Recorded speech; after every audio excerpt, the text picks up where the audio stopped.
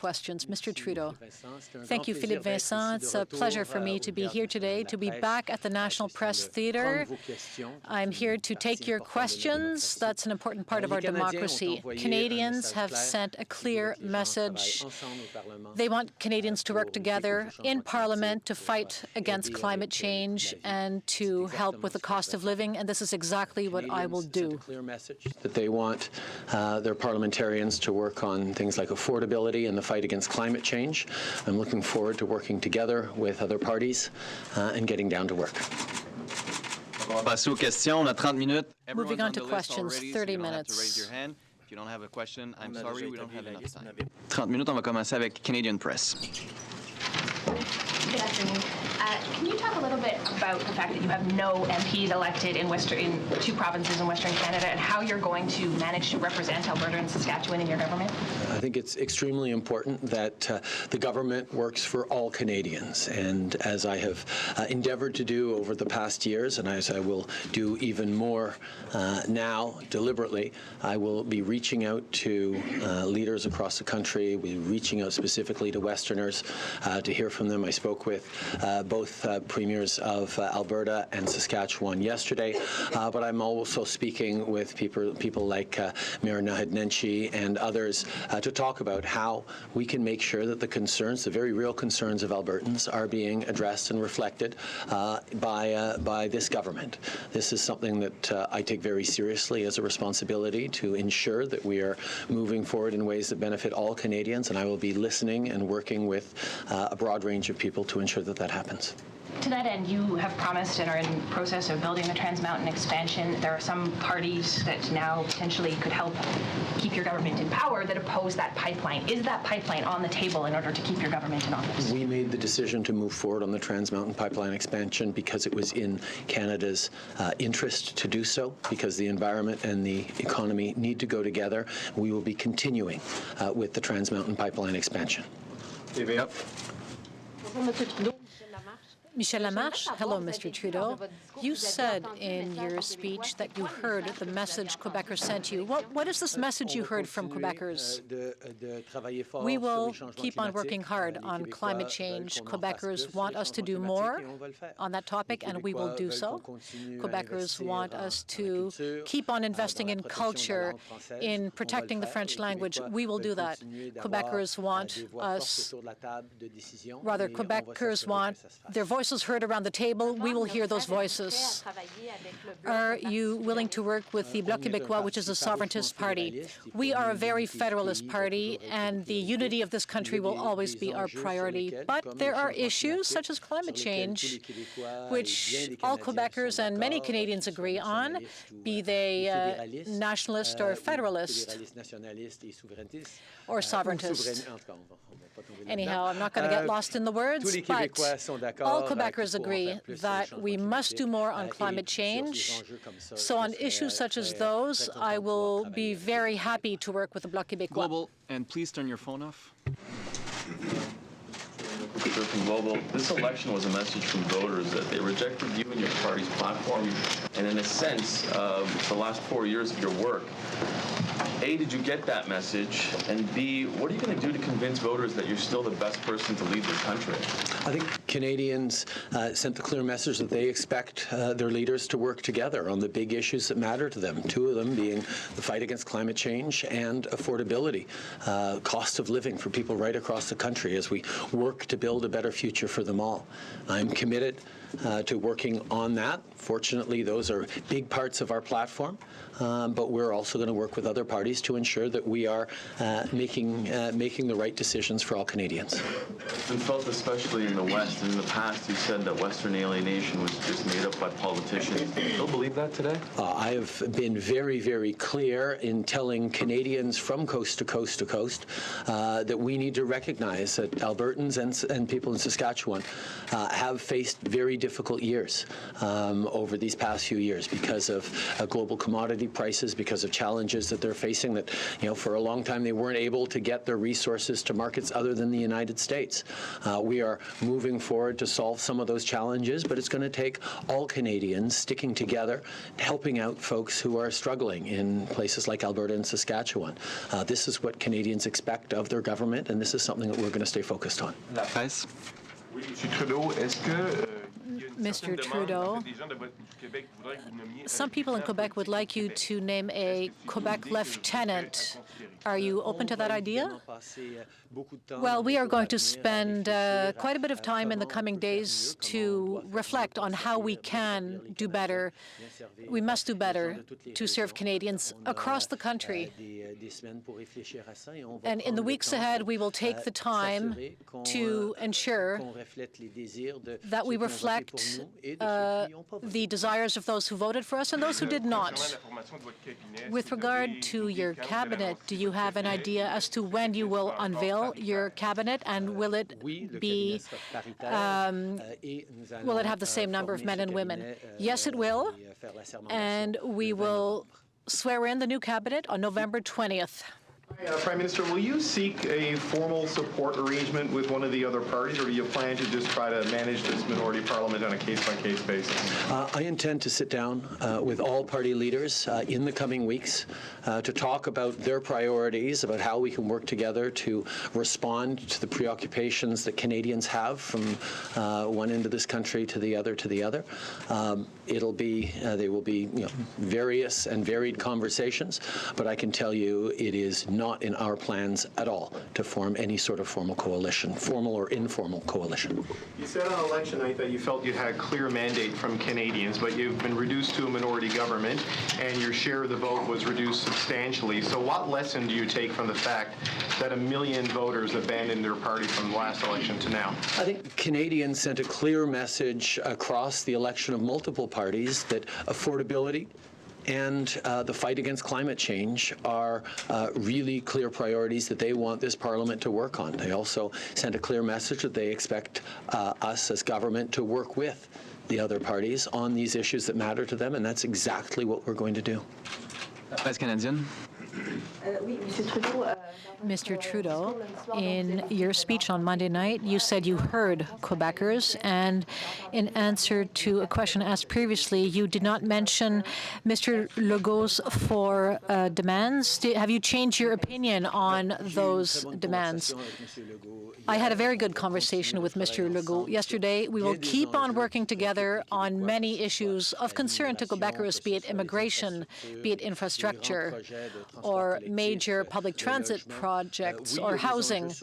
Certainly, there are issues we are not completely in agreement on, but I've always committed to working with the government of Quebec to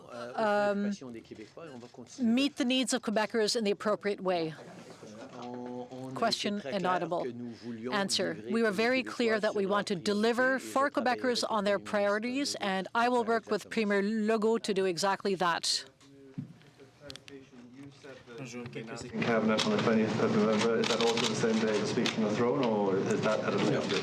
Do you have a date? We will be swearing in Cabinet on November 20th, and next decisions will be made in the coming days and weeks. Now, you said the pipeline will go ahead, but how much leeway is there in your position to perhaps build it more slowly, reduce the scope? Is there any wiggle room at all, given the fact that the three parties are most likely to want to work with on some files or oppose this completely? Right now, and for too long, we have been selling our natural resources to the United States at a discount. And that doesn't serve anyone. It certainly doesn't serve the transition and the investments in clean energy and fighting climate change that take resources and take money to be able to do. Getting our resources to markets other than the United States and getting that done as quickly as possible remains a priority for us. We put in place measures that allowed that project to move forward by doing more for the environment, more for oceans protection, better partnership with Indigenous peoples, because we need to get our resources to markets other than the United States in a safe and secure way, and that's what the Trans Mountain Pipeline will do. And then we will be able to invest all profits and revenues into this green energy and fighting climate change that Canadians expect us to act on. Mr. Trudeau, throughout the entire campaign, you invoked the names of some provincial premiers to attack the opposition. How are you going to build bridges with the other leaders? I already had good conversations with some provincial premiers across the country, including Doug Ford. We had a very cordial conversation, and we agree that we need to work on the priorities of Canadians. My approach has always been a cooperative one. I do what I can to work with people to deliver the goods, to deliver what Canadians want. Can you give me one specific example of a compromise that you are willing to do to ensure that Parliament can work well with all of these parties? I think that the message that Canadians sent us clearly Monday night gave me a lot to think about, and I commit to think about this message in consultation with many others on the best way to move forward. I think it's important to recognize that Canadians are asking us to work better together as parliamentarians, and I'm committing to do that. Clearly, we'll have more to say as our thoughts progress. Heather Scotfield from the Toronto Star. So as you move to accommodate other parties' demands into your governing, do you plan to open up the fiscal taps a little bit, or how do you plan to keep the deficit and spending under control? Canadians gave me a lot to think about on Monday night as they returned us in government, but with a clear requirement to work with other parties on the priorities that Canadians spoke clearly to during the election campaign, particularly affordability and the fight against climate change. And I'm going to take the time necessary to really reflect on how best to serve Canadians and how to work with those other parties. I think that's what the people who voted for me and the people who didn't vote for me expect, and I'm going to make sure that we get down to work by doing that. Follow-up, sir. You've said now that you think all Canadians have to work towards keeping the country together, united. Specifically, what do you expect the premiers, Kenny and Moe, to do, and what do you expect Conservative provincial leaders to do? I expect Premiers Kenny and Moe and all premiers to stand up for the interests of their citizens. That's their job. And people in Alberta and Saskatchewan have been suffering and struggling because of circumstances beyond their control. And we have, over the past few years, endeavored to be supportive. We have endeavored to get those resources to new markets, and we're well advancing on that. But there is more we need to do, and I look forward to conversations with all premiers across the country about what the next things we should be doing to better serve Canadians. APTN. You've applied for a judicial review of the Human Rights Tribunal decision for compensating Indigenous children. If $40,000 is too much, what price would you put on children harmed by the system? I've been clear. I agree with the tribunal in the need for compensation for people who've been through horrific situations. This is something that we are going to work on and ensure that we are delivering proper compensation. The way we did following the 60s scoop, the way we did around TB, the way we did around forced relocations and day schools. Ours is a government that understands taking responsibility for mistakes made in the past. But we've also committed to move forward on the historic child and family services legislation and empower and give the funding to Indigenous communities to ensure that kids in care continue to remain within their communities, within their identity, within their culture and language. That is something that is extremely important, and that's what we're committed to moving forward on.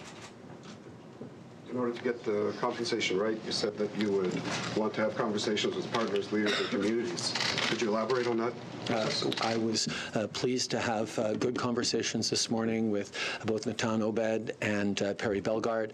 We will continue to engage with Indigenous leadership across the country, Indigenous communities, strong voices to ensure that reconciliation isn't just a word that we use, but we continue the concrete actions we've taken over the past 4 years and do even more to make sure that the partnership and respect that is so necessary as we move forward with Indigenous peoples in this country is at the core of everything we do.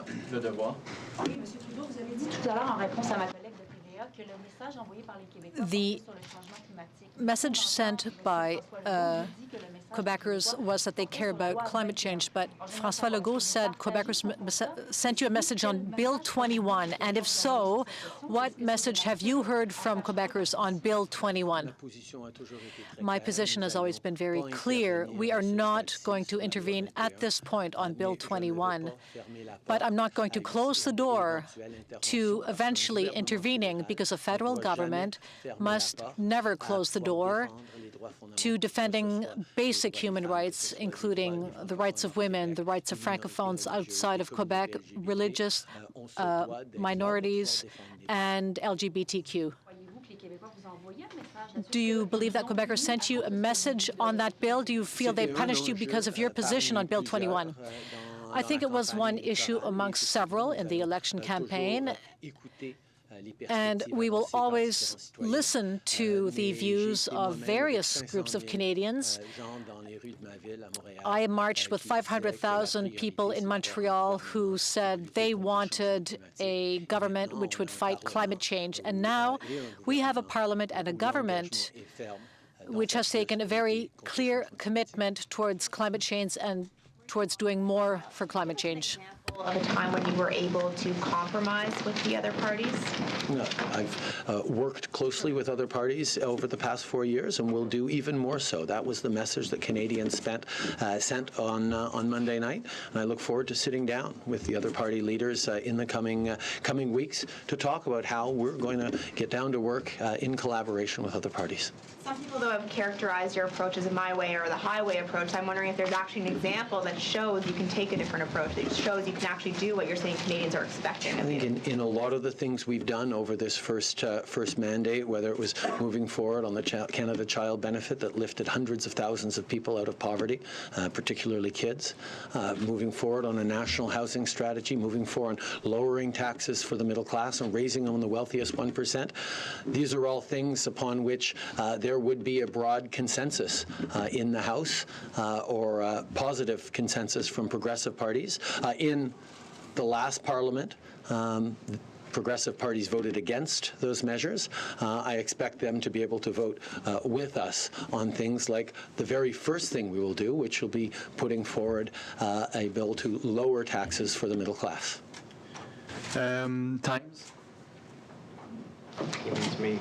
Prime Minister, you have a few vacancies in the Senate right now, a few more on the way. How quickly do you plan to fill them? We have created an independent process of advice to the Prime Minister on filling those vacancies in a responsible way, based on merit and not based on partisanship. And we will ensure that we're moving forward in an appropriate way on filling those vacancies with the right people.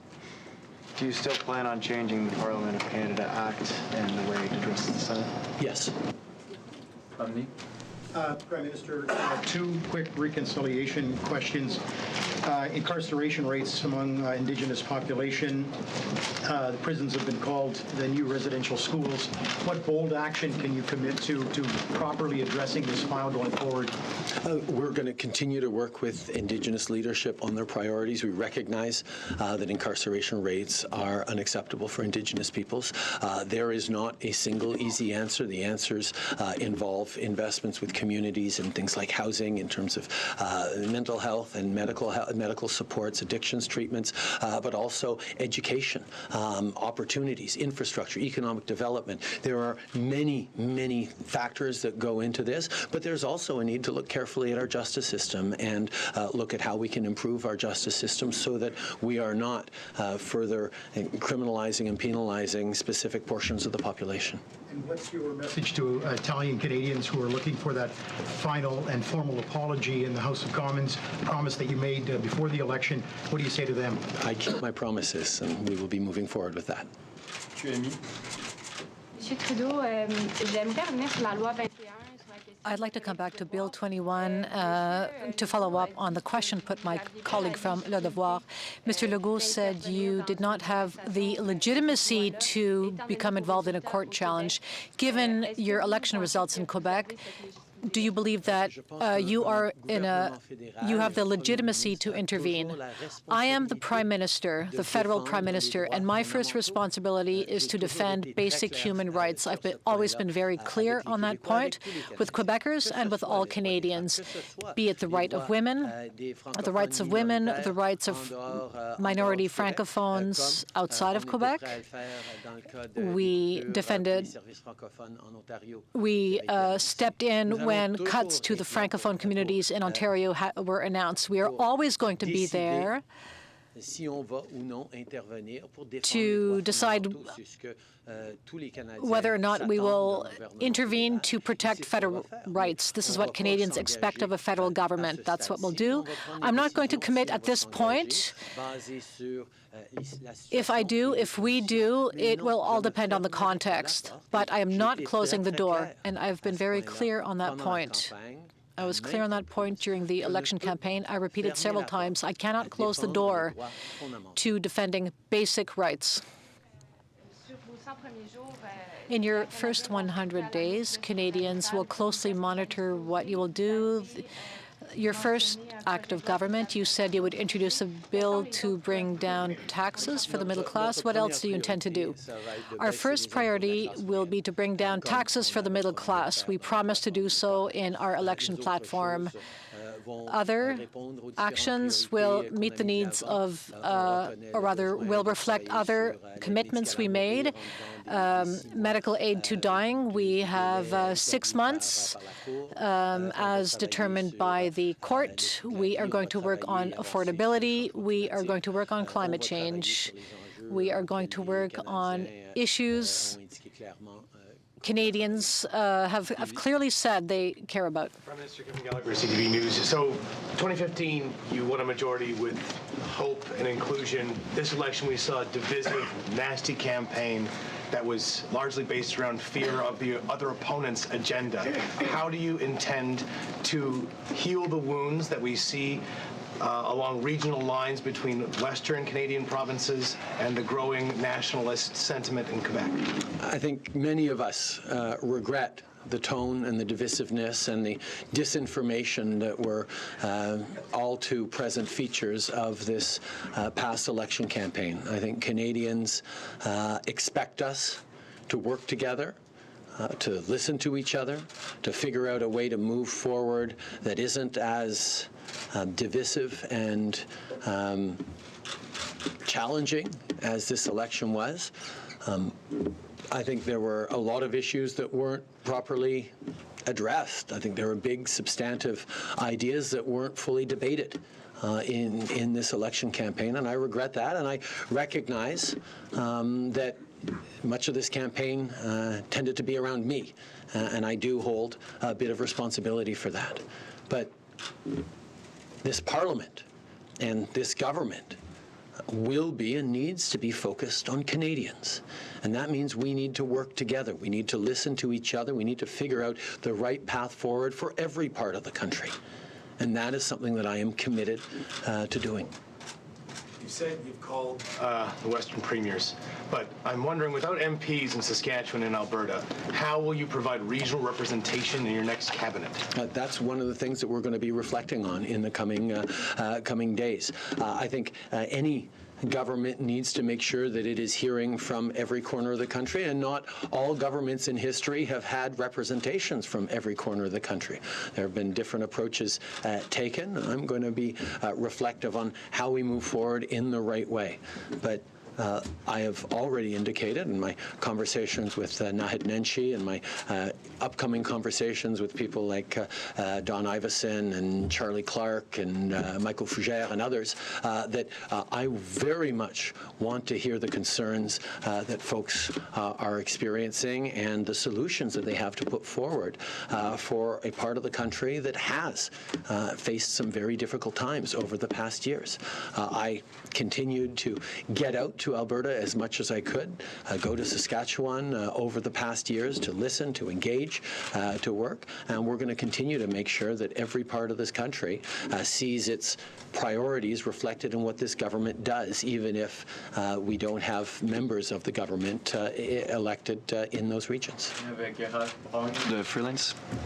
Prime Minister, the President of the European Union sent out a very friendly tweet to you, and I'm wondering, how do you want to strengthen the EU-Canada and EU transatlantic relation and the multilateral approach, and will you increase foreign aid to the threshold that Canada had promised years ago? We are, of course, going to be continuing to work with friends and partners, not just across the Atlantic, but around the world on the big issues that matter to everyone, whether it be climate change or strengthening democracies or making sure that everyone has a real and fair chance to succeed around the world. These are things that we obviously have strong alignment with many European friends and partners, but we continue to engage around the world on these issues that do have an impact in the lives of Canadians, but in all of the futures of our kids and grandkids. I'm going to continue to ensure that Canada is engaging responsibly and appropriately in the world. McLean's. No one from McLean's. National Post. Hi, Prime Minister. Why do you think that your party got totally wiped out in Alberta and Saskatchewan in this election? I think there's a lot of thinking to do on that, and a lot of listening to Albertans, as I have endeavored to do over the past number of years. But obviously, I'm going to have to do a lot more to ensure that not. Why did this happen is not the central issue we have. The central issue for me is how do we move forward in a way that responds to the concerns that Albertans and Saskatchewanians have clearly expressed. This is something that matters to me, and we're going to work very, very hard to ensure that this government acts in ways that benefits everyone across the country. Is there anything that you feel you might have done differently over the last 4 years to maintain a higher level of support in Alberta? I think the decisions that we took over the past years have been focused on the best interests of the entire country, including the initiative that saw us purchasing the Trans Mountain Pipeline as a way of ensuring that we would be able to get Alberta and Saskatchewan oil resources to markets other than the United States. We recognize that there is a frustration with the economic challenges being faced by Albertans, and my focus as a government is going to be on responding to those preoccupations the way we're going to be working to make life more affordable for all Canadians. But we need to recognize that different parts of the country go through different challenges, and making sure we're really listening to them is something that is going to be key for me. National Observer. Prime Minister, the Trump administration has filed a lawsuit against California challenging its cap-and-trade regime with Quebec. Would your government support Quebec in this legal challenge against the Trump administration? I don't know the details enough of what that challenge is and what impacts it will have on not Ontario but on Quebec now. But it is certainly something we're going to look at very, very carefully. Quebec has a long demonstrated leadership in the fight against climate change, like BC, in Canada, and we're going to make sure that we are continuing to fight climate change across this country in ways that we can. And you mentioned you wanted to make sure reconciliation isn't just a word. That is what many, as you might know, as people have accused you of thinking. Is that something you've reflected on, of those accusations? And what do you mean when you say you want to make sure reconciliation isn't just a word? Well, I've heard the critiques that we need to be doing more, and I agree with them. I am impatient as well about closing the gaps, about moving forward on economic opportunities, on better support and Indigenous-led systems of support for their communities. But I recognize at the same time that we have taken significant steps, whether it was 87 long-term boil water advisories lifted, and we're on track to eliminating all of them. We have closed the funding gap. We have reached parity on education in K-12 for Indigenous communities. We have moved forward in a meaningful way on a broad range of issues and local successes across the country on reconciliation, but there is much more to do, and I was very pleased to speak with National Chief Perry Bellegarde this morning, who highlighted again how pleased he was that this past government has done more for Indigenous Canadians and Indigenous communities than any government in history, but that we need to keep working and do even more, and I entirely agree. And that is going to be my focus on Indigenous relations, because no relationship is more important to me than the one with Canada's Indigenous peoples. If we make it quickly, we have time for two quick ones. So Jason on row. Thank you. This is a bit of a foreign policy one. This past summer, pro-democracy Hong Kong demonstrations, a bit of a backlash spilled over into Vancouver, where we had Canadian citizens being threatened on the streets by pro-mainland supporters. Given this and the aggressive nature of the regime itself towards Canada, our agriculture, and that it's day 317 for Canadians Spavor and Cobrig. Is your government prepared to take a stronger stance against China? One of the very first things I did this morning was sit down with both my Chief of Staff and the Clerk of the Privy Council to talk about some of the challenges we're going to be looking at in the coming weeks and indeed in the coming years. I also got a full briefing from our National Security and Intelligence Advisor who addressed these issues and others.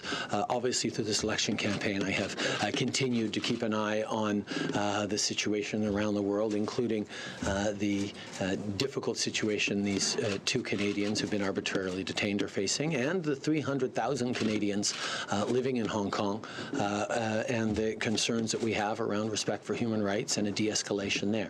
I'm going to continue to reflect and engage with experts as we look to move forward as a government that will continue to stand up for human rights, stand up for Canada's interests, but also ensure that countries around the world continue to defend the rule of law and the values that Canada stands for. And we've been pleased to see so many of our allies standing up for Canadian interests and the interests of those Canadians being detained. Would you be willing to go to do something like cancel Chinese visas as a sort of a retort? I look forward to sitting down with and checking in with our experts who've been working hard over these past weeks on this China file, including Dominic Barton, our new ambassador to China.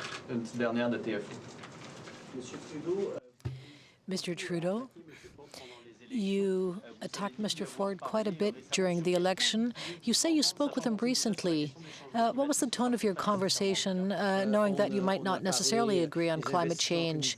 We talked about new common investments in infrastructure, in investment in public transit.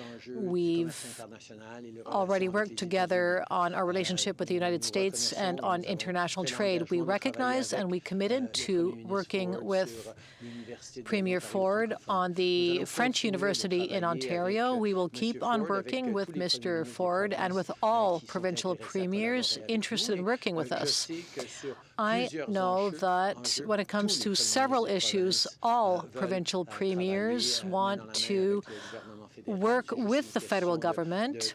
It's just a question of pinpointing these issues, and we want to ultimately serve all Canadians well. The question was inaudible. The answer is yes. Thank you. Merci.